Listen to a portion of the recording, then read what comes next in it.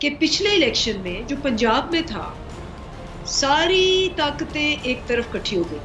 15 पार्टियां जो चूं-चूं का मुरब्बा है, सारी पुलिस, सारा इलेक्शन कमीशन, अवाम और इमरान खान एक तरफ, और वो उन ताकतों को ज़ेर कर रहे हैं।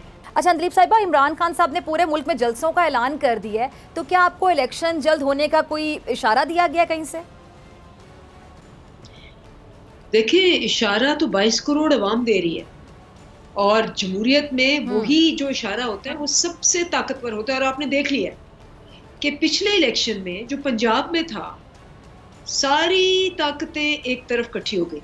15 पार्टियां जो चूं-चूं का मुरब्बा है, सारे इदारे, सारी इस्टेब्लिशमेंट, सारी ब्यूरोक्रेसी, सारी पुलिस, सारा इलेक्शन कमीशन और सारे हरकारे फरकारे सब एक अकेला तनहा इमरान खान, पीटीआई और 22 करोड़ अवाम। और जिस तरीके से मिलके इन्होंने धांधली की, और जिस तरीके से हमें कहा जा रहा था कि आपकी 6 सीटें हैं, 8 सीटें हैं, इससे ज्यादा आप मर के भी ना सोचें।